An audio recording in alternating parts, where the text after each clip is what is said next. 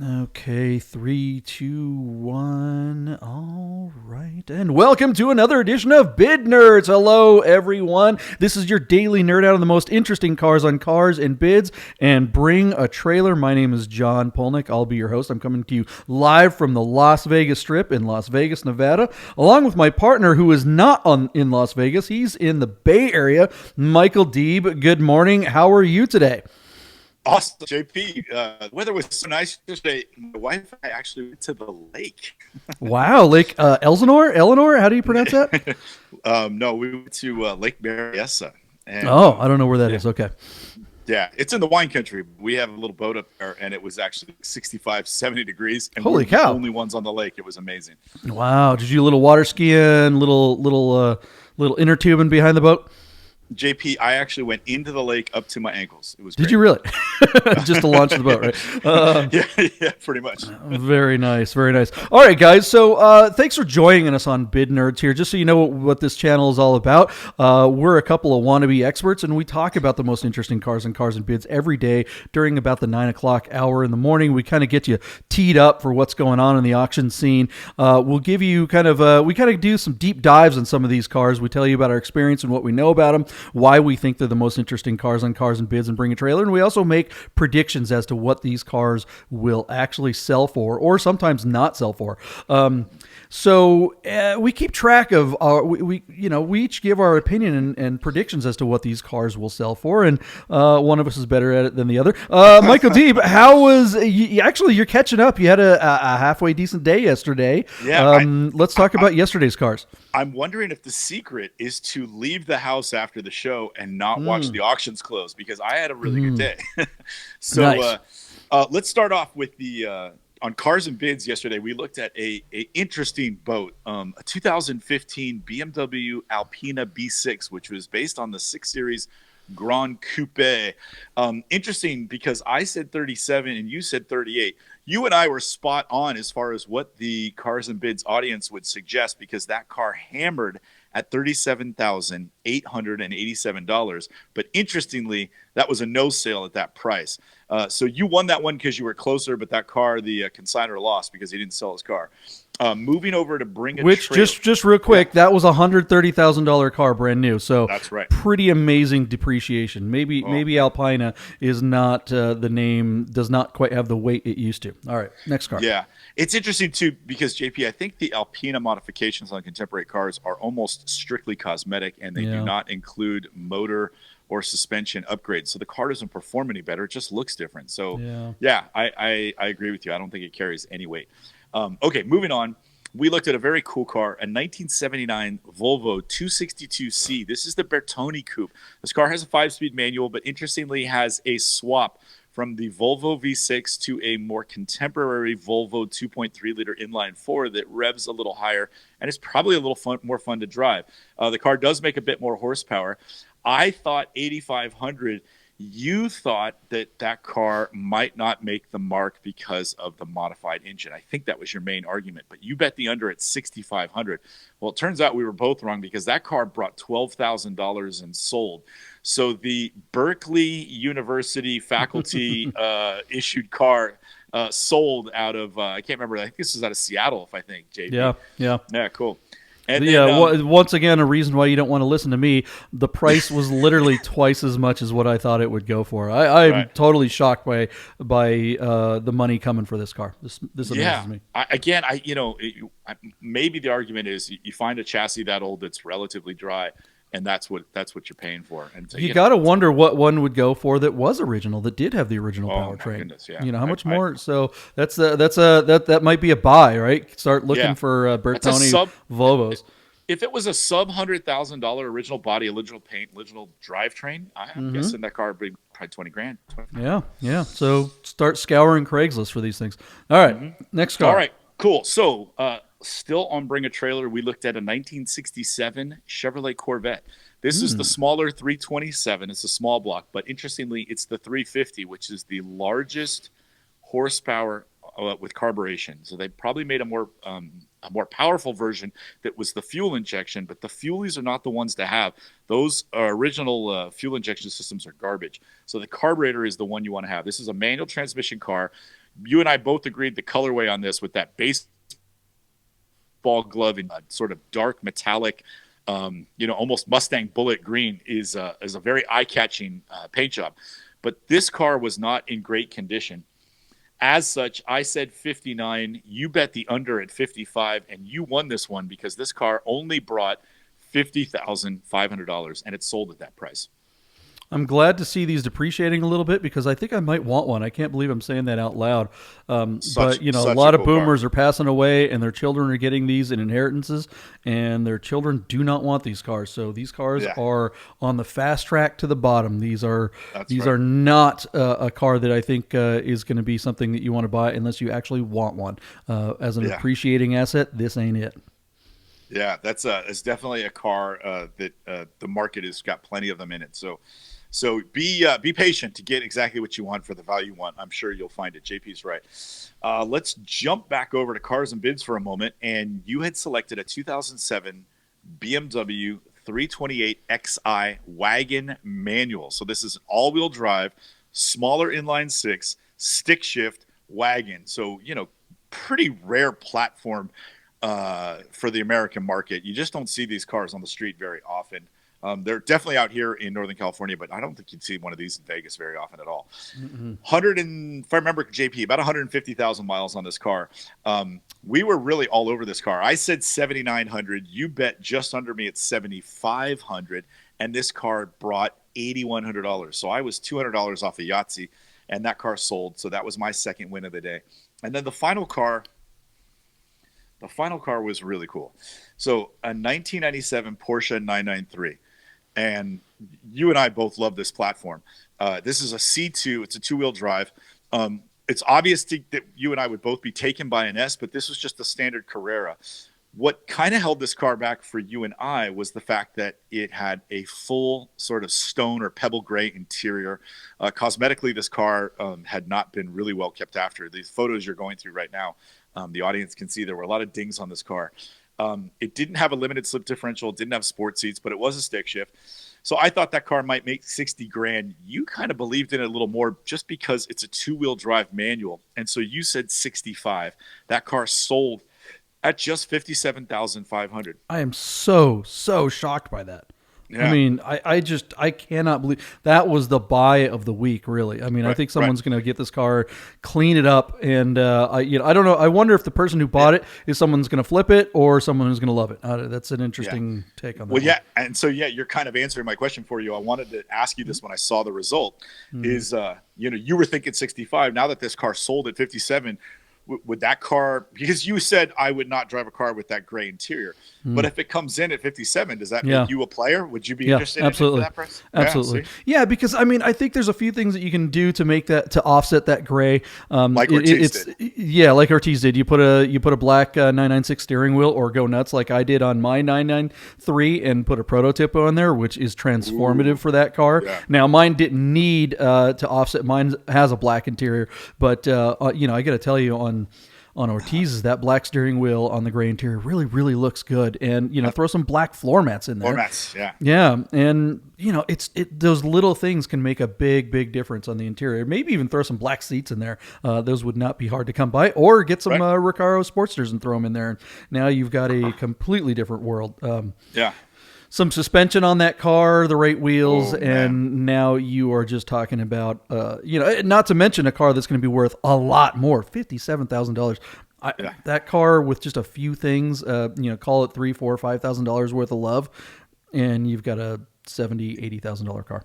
Yeah, if I remember, it wasn't high miles. Yeah, so it was like 50 something. It was a lot of potential in that platform. Okay, so today we're going to stick with the Porsche theme, JP, and start off with our hero car today is on cars and bids. You selected this one. Hey, go ahead. Just before you get to this fantastic car, we are talking about this unbelievably great Targa car, but we're going to talk about we're going to talk about 5 different cars, and we have the links for all the cars that we're talking about today in the information below on YouTube there. We also have, I'm going to put a timestamp for each car, so if you're not interested in Targa and you want to get right to one of the other cars, you can just skip ahead in the video and see there. And you can also go to the links and look at the auctions and kind of follow along with us too. So tell us about this Targa here, Michael Deeb. JP, I have to say, looking at a Targa on a 996 platform, I'm not sure I've even sat in one of these cars. So I was really excited to see this car you selected. So let's go through it. Out of Dallas, Texas, with just 39,000 miles, JP, you selected a 2002 Porsche 911 Targa. This is a normally aspirated 3.6 liter. The IMS bearing has been done on this car. It's a manual transmission. And it's interesting because Targas on the 996 platform aren't the Targas with sort of the removable roof and the roll hoop that we're used to from the G series cars or the later 997 and 991s, and now even the 992s. In this generation, and I think similarly with the 993, the Targa is basically an oversized glass sunroof. Which is interesting. It will add a little bit of weight way above, like up high in the chassis and the platform. But still, I bet this isn't as heavy as a removable roof and a roll hoop like some of the other Targas are. So this is a really rare car. I didn't quite get the numbers as far as production numbers, but I would imagine it's probably in the hundreds worldwide that they made of these cars. And this one just looks to be in spectacular condition. The paint is really nice. The wheels are not scuffed. The leather looks new. And the service is up to date, including an LN IMS bearing. Intermediate shaft bearing, yeah. What's interesting about their bearing is it's ceramic, and what Frank Collins tells me is the ceramic bearings will also eventually wear out. The true upgrade, and JP, tell me if you've heard differently, is to get a steel bearing, and I'm not sure the company that would do that, but the bearing that's on here will also have an expiration date. So just know that someday down the road you'd probably spend another $2,000 or $3,000 on this car. That's about it.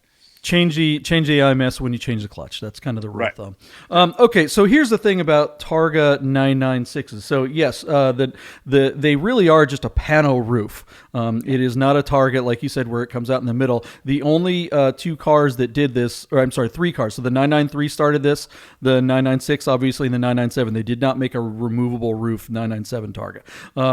That's just the 991. Yeah, that was just the 991. So the interesting thing, okay, you know me and you know my feeling on cabs, right? On convertible tops. Yeah. So many people have such an aversion to cabs. It's like people who like cabs also like coupes, but people who like coupes absolutely hate cabs, and it drives me nuts. I think it's just such a weird binary worldview. The thing that's interesting about this generation, or these generations of Targas, 993, 996, and 997, is that coupe lovers will be like, oh yeah, this is the way to go. Look at that. You get the big sunroof and you get all that extra. Okay, here's the thing. Reality check. This is a cabrio. Sorry, this is a cabrio frame with a hardtop bolted to it. So it has all the weight of a cabrio, if not more, because it's got this big, monstrous, complex glass thing on top of you. You can see the seam along the bottom. You can see there's no this is not connected, and it's not connected up here. They just bolt that thing onto a cab body, and now they call it a Targa, and it is neither a Targa or a cab. So instead of getting like the Targas of the previous generation and the current generation, you'd say, well, you get the best of both worlds. It seems in these generations, you get the worst of both worlds, with one caveat. One thing that I absolutely love about these generations of but Targas, is the fact that back glass, I don't know if there's a good picture of it on here, but this glass here, I don't know if you can see the cursor where I'm going. The glass back part lifts up like a hatchback. That opens up into the car. So it is the most practical 911 setup you could possibly imagine. To the point, not to get into politics, but if you know who Gary Johnson is, Gary Johnson was the Libertarian candidate for president in 2000, I want to say 16. And he drove one of these. He drove one the same color, and he said the reason why he drove it was because it was the most practical Porsche you could get. This was his daily driver. I mean, a libertarian guy. Can you get more practical than that? I actually do really like these because of that. There's a picture. Here, I'm flipping through the pictures, guys. You can see that you're looking into the back of this car. because you can almost see in this corner here that glass is all open, and then those seats fold down, and you actually have quite a bit of space back there. Wow. But you are going to get the same kind of body flex that you would get in a Cabrio, with a lot more creaky noises because there are a lot more solid parts attaching to one another, and they are very noisy inside. And let me just tell you, that Targa top, if it breaks, God help you. Lots of little plastic gears, and one thing, if you know anything about gears, you don't want them made out of plastic. And especially in a hot, dry climate like Las Vegas. Yeah. JP, tell our audience if you know the 997 Targa that also has a glass roof.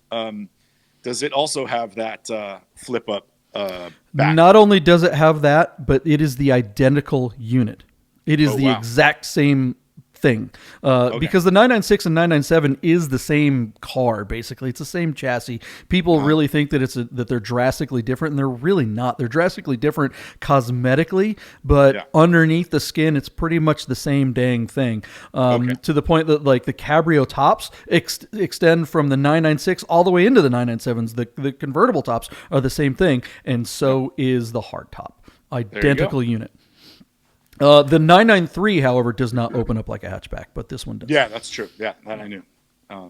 Very cool. So neat car. Even though I don't mean to bash on it, I'm really bashing on people that say they don't like cabs but would own this. I just think you're an idiot. This car is really cool. They are definitely, they're in a weird place. Oh, the thing that people go, well, how can you tell the difference? They look just like you compare this one next to the other. They've got that sharp kind of where the window comes to the back. It's like a sharp point, whereas on a 911 has that classic little swoop. So I don't know. Do you have a sense of where these things, what they're valued at? We got 3.5 hours to go, and it's already at $28,250, which is pretty dang good money for a 996.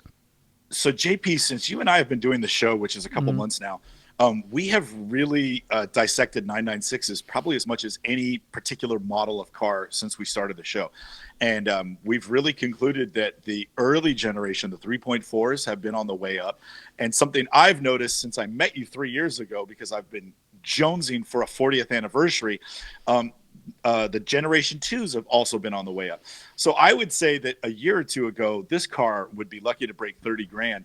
It's already sitting at $28,250. So I'm going to bet high. I think this car is going to bring $38,000. And I will also say, because the bearing has been done, even though you and I know it's not the right bearing, the condition and the rarity of the model, I would not be surprised if it broke $40,000. It's sitting on 20 bids as it sits on Cars and Bids out of Dallas, Texas.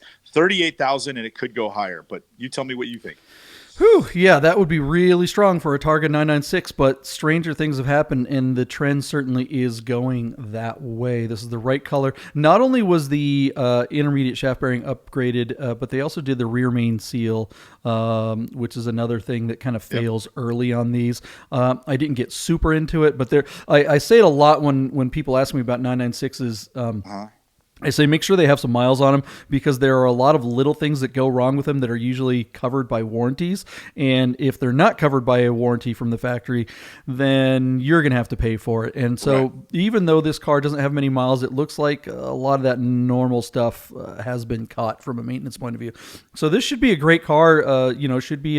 Shouldn't have to worry about driving this one with the upgraded IMS. Just change it out again when the clutch is time for a replacement, probably around 60,000 miles or something like that. And daily driver with a hatchback, and then go do all your things on the weekend. Love this car. I'm kind of with you on that. I'm going to go the under. Oh, you knew it. I'm going to say 35. I think that's what it's actually worth. It's possible that it could go well over that, and that would be a trendsetter. And the thing is, JP, if you and I were to get off on the computer right now and say, find me another one, find another 996 turbo with the service done, 996 Targa, that's in this good a condition for, with less miles. I mean, you just don't see them very often at all. Well, I mean, there you go. You kind of slipped to the tongue there and said turbo. At 40,000, you're in 996 turbo territory. So, but not with 30-something thousand miles. However, a turbo has a Metzger engine and a ton more power and the wide body and.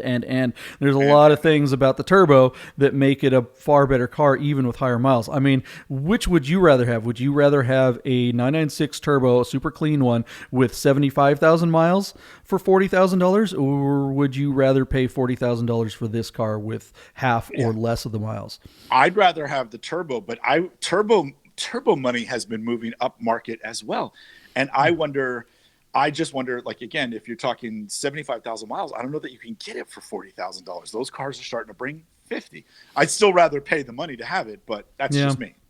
I like to turn my hat around and go as fast as I can. So there you go. I think this Targa would be fantastic for under 30.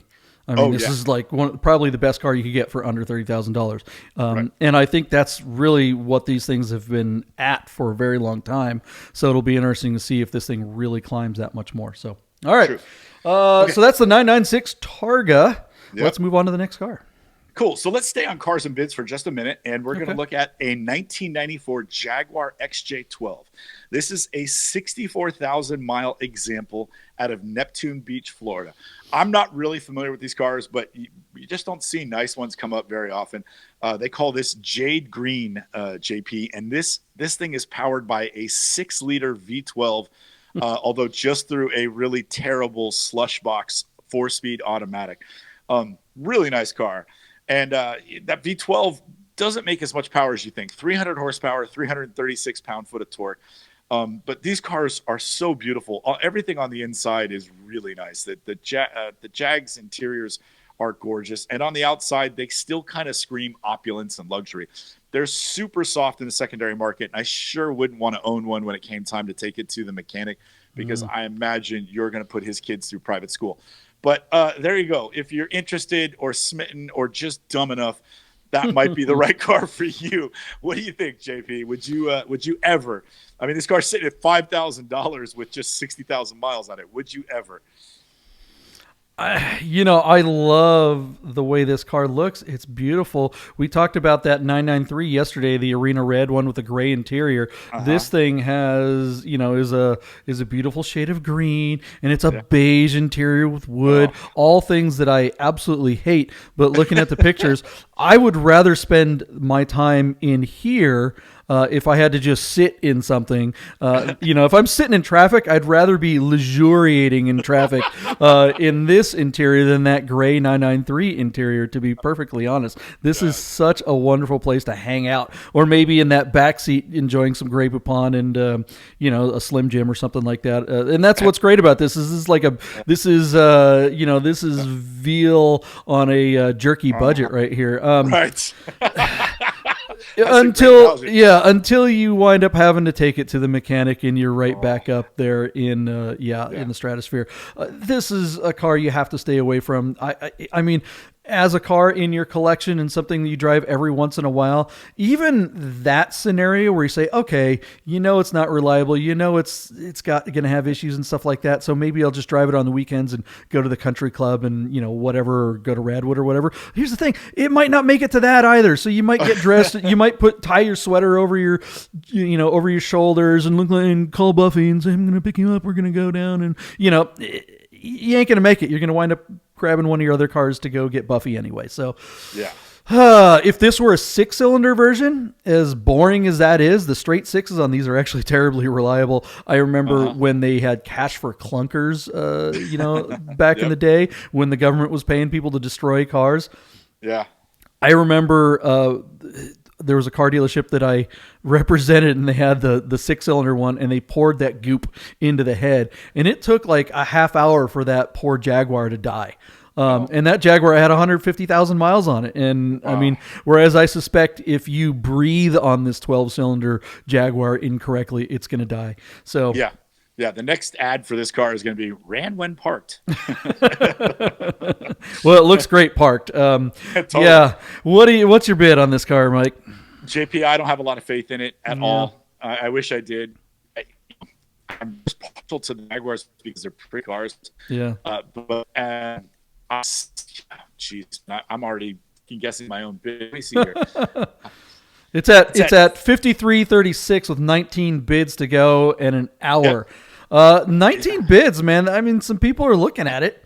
I know. I wrote 7,900. I'm losing all kinds of faith. I'm going to go $6,900. Yeah, and this is a car with a reserve. I definitely don't think this is going to sell. I'm sure whoever owns this car is quite proud of it. It's also in Florida. Good Lord. I mean, just, it's got low miles, but so what? I think with the low miles, they're probably thinking 12 grand at the reserve, and I don't think it's going to come anywhere near that. My original bid was 7,900. I'm going to say this thing only makes $6,900. I just don't believe in it. Yeah, I'm saying 65. I don't even know if it's going to get that high. I'd be surprised if it breaks 6, and it's definitely a no sale. All right, beautiful car that is not going to be sold today on Cars and Bids. What's next? Okay, so let's jump over to Bring a Trailer, JP, and you and I have actually looked at a couple of Alfa Spiders, and these are fascinating me because we're watching a car as we're doing the show. We're watching a car that's on the move. So out of Harmony, Pennsylvania, is this 1991 Spider Veloce, which has just 7,000 miles. It's the correct Alfa Rosso color with the tan leather interior. JP, if you take a look at those seats, those little inserts are actually Alcantara, like a suede. So this car that is, there's a few little nitpicks that are a little bit ahead of its time. 5-speed manual, 2-liter. They're not fast, but they are fun to drive. The fit and finish on this last generation of the cars before Alfa pulled out of the North American market are really beautiful. There's no rubber bumpers on this car, and they're really nice. These cars were only $24,000 brand new. A photograph of the original window sticker. The original window sticker is included with the sale, which is really cool. Somebody's obviously cared and loved and looked after this car. These seem to be an investment that is moving in the right direction. You and I saw a very low mile car out of Northern California bring, was it JP, like $70,000? So this car has still, in my opinion, ridiculously low miles, but it's certainly not a $70,000 car because this car's truly been driven. So with that in mind, what do you think? What's your feeling now that you see these cars are on the move? Well, I have a soft spot for one of these, or for these in general. I'm actually on the hunt for one. My wife and I, when we first started dating, I had one, and we had such a wonderful time in these cars. Absolutely not a super fast, super sports car, but just, great car to be seen. And this color combination is just fantastic. Is this grill that goes over this skid plate that goes over the oil pan? Is that stock, or is that something someone put on that thing? I think that's something that somebody put on that. Those are sold. Every parts Alfa person in the world sells that grill for GTVs and Spiders, and it's just funny to see one on a later Spider because they never figured out how to deal with that low ride height and that vulnerable oil pan. Yeah, you definitely don't want to lose that. You got, looking at this, look how, hold on, I got to pull the picture up again. Yeah. Is that not one of the most beautiful cars it is to ever see asphalt? Look at that shape. I feel like there was a time when you could get a Ferrari 308 for $30-something thousand, and cruise around on the weekends and just have that look. And obviously those days are gone. And you get something like an old Ferrari like that, and the reliability and the maintenance on those are just so heavy. This is a car you can you're just you're mortgaging the house to do an oil change on one of those. Whereas this car, not exactly known for reliability, but it's not going to break you. A normal person can afford to own and operate this car and drive it regularly and have that look. And is there a better place to be on a fall day or a spring day? Look at that car. Yes. Yeah. Sorry, I'm waxing poetic. Yeah, and JP, those cars actually are reliable. What you have to understand is they're so inexpensive that most people buy them and take them home, and they think they can do the maintenance themselves, or they leave the car outside and they rust because the early ones were made with that cheap Russian steel that wasn't treated for corrosion. But by and large, if this car is regularly maintained and you drive it regularly and it doesn't suffer from atrophy, those cars are reliable. Most Alfas have a couple 100,000 miles on them. Yeah, and here's one thing you got to know too. Understand, this is something that I think modern cars, it's just been totally lost on people. Look, know where the fuse box is and know how to remove the fuses and clean them. 9 out of 10 failures on this car will be because the fuse hasn't been changed or is corroded. I can't tell you how many times the turn signal stopped working or the stereo stopped working or whatever fill in the blank gizmo. You get underneath the dash, you pull the fuse out, you look at it, you scrape it a little bit, put it back in, voila, everything works again. It's just, it's an old car and it has those types of things, but you don't need a whole wrench kit in the trunk to keep it going. Where do you think this car is going to land, man? We got almost 2 hours to go with $22,000 bucks. Okay. I'm excited about this one. That $70,000 plus car a couple of weeks back, if I remember, JP, was like a couple hundred miles. This car has 7,000 miles on it and just the teeniest bit of wear and tear, but it looks like it's ready to go. Like you can enjoy it and drive it. So with that being said, it's sitting at $21,000 on 11 bids. I think this car is going to bring $40,000. I think there's going to be a late surge. Okay.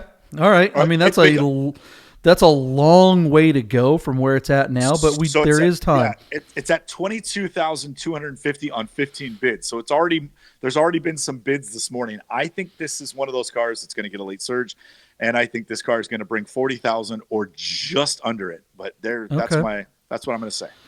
You know, boy, I kind of hope it does. I think it's a car that deserves it, but I don't know if it's quite that strong. It is at Pennsylvania. It is a dealer, and the weather is not exactly great there. If it were spring, I would definitely be popping a little bit more. I'm going to say 35. I'm going to bet the under on this one. That's a pretty conservative bet. I agree with you. Okay. Moving on, and again, folks, if you want to go back and see and take a look at these cars more closely, the links to all of these cars are in the information below the video, so you can just go right there and look at the 100 or so pictures of this Alfa. There's some probably video, and same with all the cars, and we'll also put the timestamp next to each car so you know where to go in our video to watch more. And we got a couple more cars. Let's move it along. We're going a little long here, so what do we got next? Okay. 2 more. All right, really quickly on Bring a Trailer out of Camarillo, California is a no reserve auction on this 1974 Honda Civic hatchback. This is a very interesting car because I would say the success of these cars as a kind of fun, practical, economical choice in the early 70s when we were dealing with the oil embargo and soaring gas prices and gas shortages throughout the country. This was the answer. You could fill this car up and probably drive it over the entire course of a week and into the following week without having to stand in a gasoline line and spend an outrageous amount of money on fuel. So I think Honda's success is based largely on the success of this little practical hatchback. Powered by a 1200cc inline four. They weren't fast. I think they're front-wheel drive, JP. Tell me if I'm wrong. Absolutely. And just a 4-speed manual. But, boy, in any crowded city in the country, you could park this car almost perpendicular to an American car and still parallel park it. Just amazing, the condition of this little one. Those are Honda original colors and vinyl and it's just neat. You never see these on the road. And the pictures don't do it justice, just how small that car is. But it's an attractive grille. It's a practical design. And Honda built an empire on these things at just the right time. They were the answer to the question nobody wanted to ask, which is, should I be driving something other than my, El Camino or whatever? So there you go. No reserve auction. These were the MSRP on this car, JP. Get this. You're going to crack up. The MSRP on this car was $2,712, and this auction is sitting at $11,680, and it's got an hour and a half to go. If I remember correctly, they were less expensive than the Volkswagen Beetle of its contemporary. Wow. And let me tell you, if you've ever spent any time in a Volkswagen Beetle in the winter, this is definitely the car that you would prefer to be in. I mean, front wheel drive, water cooled, and heat that works. And a window defroster that will actually operate. One of the things that Honda has always been known for, but they really set the standard for the rest of time. They changed the car world by creating, aesthetics. Interior aesthetics is not even a concept that anyone ever even talked about prior to this car right here. Look at this dashboard. You've got a place to put things.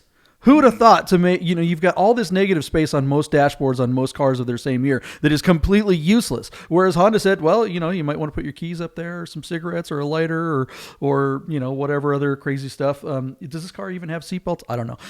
But you've got the stereo right next to the steering wheel. Whereas where is it on a 911? Way the hell over here. The passenger has to turn the everything up. Your heat controls and your climate control stuff. I mean, the word climate control wasn't a thing, but you could very easily turn the heat up or turn the heat down in a car like this and know what the heck you're doing. With a 911, there's levers and knobs, and you have to have a degree in early air-cooled climate control, and it never worked anyway. Right. Honda, do you remember the movie The Shining? I don't know why I'm going on with this. Yeah. Remember the opening scene, Kubrick has these 30-minute scenes, kind of like this story, where Jack Nicholson has his family, and they're in that Volkswagen Beetle, and they're driving through the mountains to go up to the to the resort to stay there for the winter. And I'm just thinking, I wouldn't drive a Volkswagen Beetle with my family that far out in the middle of ass nowhere, but I would certainly do it with this Honda. Hey, Rochelle, I think the meds kicked in. yeah, I think those back muscle relaxers are happening. I even love the color of this car. What do you think it's worth, though? I do too, and I believe in this car. Yeah, I'm telling you, JP, I think this car is going to bring $17,500. Okay. And I have no idea. I pulled that number out of my ass, but I'm as excited about it as you are.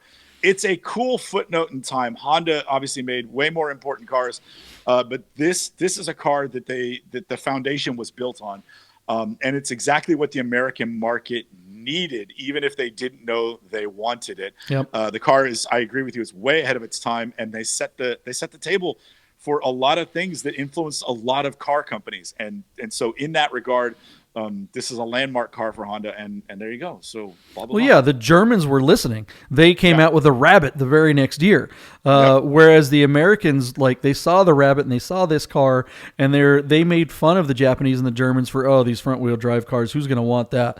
It took them a decade to catch up.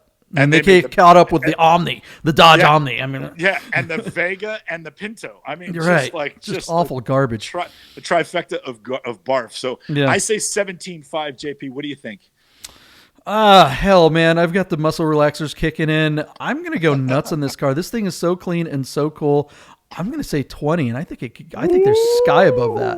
Oh yeah, absolutely. That's nuts. This is how you're going to catch up this week, because I am on drugs on the show.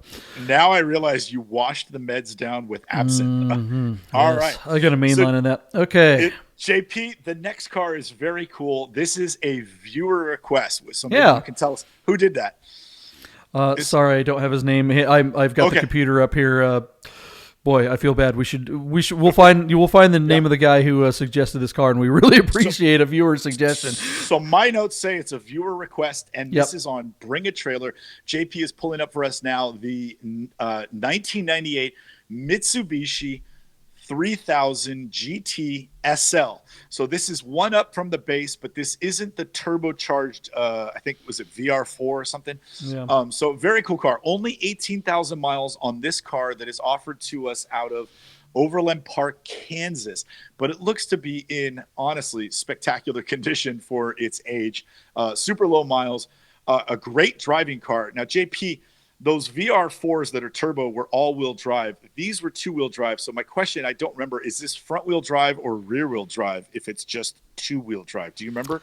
And there's the flaw. Front-wheel drive. Front-wheel drive, okay. Yep.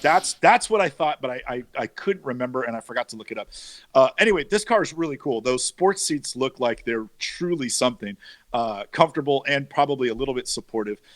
These cars were really a hoot to drive, but they were heavy. As just a two-wheel drive V6 coupe, this car weighs 3,200 pounds back in 1998. That was heavy. And then the VR4s with an all-wheel drive system were heavier still. So they were never world beaters. This was never going to challenge a Porsche or a Corvette in a contest of speed. But for something that was less expensive than both, this was a great economical choice. Dodge made a version of it. Mitsubishi made a version of it. And so they had Japanese roots, and these cars were, I think, pretty reliable for the most part. I don't know that they were, soup sandwiches or a problem child. But there you go. There's a car you don't see every day. JP, correct me if I'm wrong, but is that an optical illusion, or did he put like tape over the headlights to create like two circles on the headlight cluster?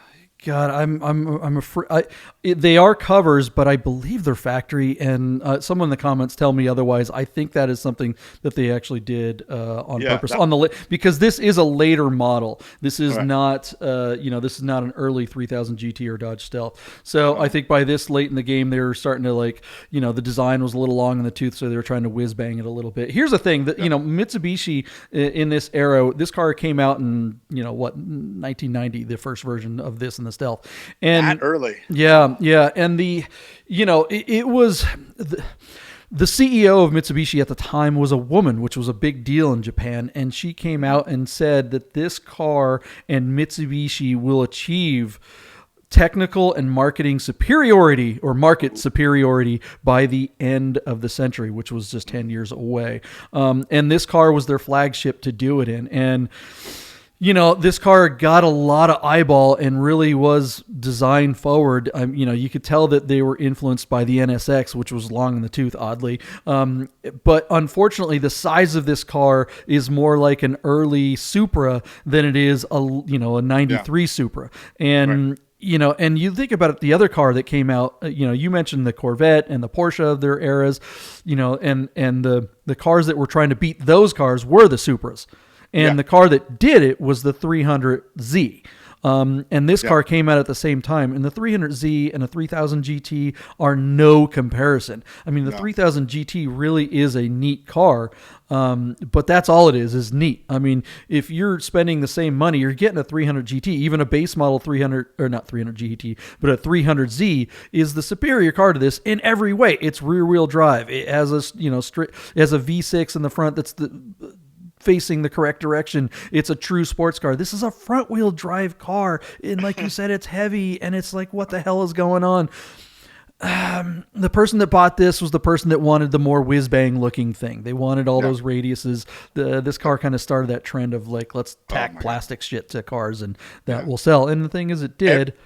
Everything on that car looks like an afterthought. Everything. Yeah. And you wonder what the original sketch, the very first original sketch, must have looked like. I bet it was pretty, and yet this thing has, like you said, too many things tacked onto it. And those wheels, JP, I'm going to go on record as saying they might be some of the ugliest wheels ever to be put on a production car, sports car. They're just terrible. Yeah. Not good at all. Interestingly, this is the first car, not obviously. Not this exact car, but the first car to have a collapsible, folding down hardtop was the 3000 GT in America. Now there was a Ford, I think, that had something similar back in the 50s, but the Mitsubishi 3000 GT Spider was the first modern collapsible hardtop. Wow, interesting. That being said, JP, there is a little bit of action on this car. Excuse me. Forgive me for coughing into the mic. Mm-hmm. We're on 13 bids at $16,750. The world record for this car has got to be 20 grand, and this one might bring it. Again, this is not the turbocharged one, which I think would bring a little more money, but I have every reason to believe this car is going to get close. I'm going to change my bid just a little bit from 20 grand and say $19,000, and it sells. Oh. Okay, so you don't think it's going to quite break the $20,000 mark there, huh? No, I don't. Yeah, I mean, I am with you, but it is on Bring a Trailer, and people are going to be seeing this car, and it is really clean, and it does have very low miles. So I'll do the over. I was actually going to say 19, but since you put 19 and change, I'm going to go right over the top of you and say 20. Bid. Yeah, well, I mean, you took mine. Yeah. So, but we'll see. I mean, I think we're both going to be very close, but I don't think it's going to. If I do win this and it goes a little higher, I don't think it's got sky. I don't think this thing goes to 22 or 25 or 30. I don't think so. Yeah, I don't think so. Yeah, but if it breaks 20, it'll be interesting. Because it's not the forced induction, and it's, I don't know, whatever. I'd be curious to know what the viewer who suggested it, I'm curious to know what he would have believed in. It's interesting. Maybe we should encourage our viewers to pick a car and throw a bid at it as well. But there you go. So 1920, that's our last car, JP. It is. That's it. Okay. That's another edition of What's the name of the show? Bid Nerds! That's your us. daily nerd out on the most interesting cars on Cars and Bids and Bring a Trailer. We hope you enjoyed the show. Please, if you're watching the show and this is your first time, go over and give us a subscribe. Hit that subscribe button. We're brand new. Let everyone know that the show is happening. Hit the share. Tell us what you guys think. Give us suggest the cars that you'd like us to talk about on future auction days. We're all about talking about the cars that you guys want us to talk about. And we really appreciate you being here. So again, share, like, subscribe, comment, all of those things. And we'll see you here tomorrow for the last show of the week. The last day of the week is New Year's Day, so we won't be doing a show on Friday. But so tomorrow is our Friday on Bid Nerds, the most interesting cars on Cars and Bids, and Bring a Trailer. See you guys tomorrow. Thanks, Michael Deeb. Later.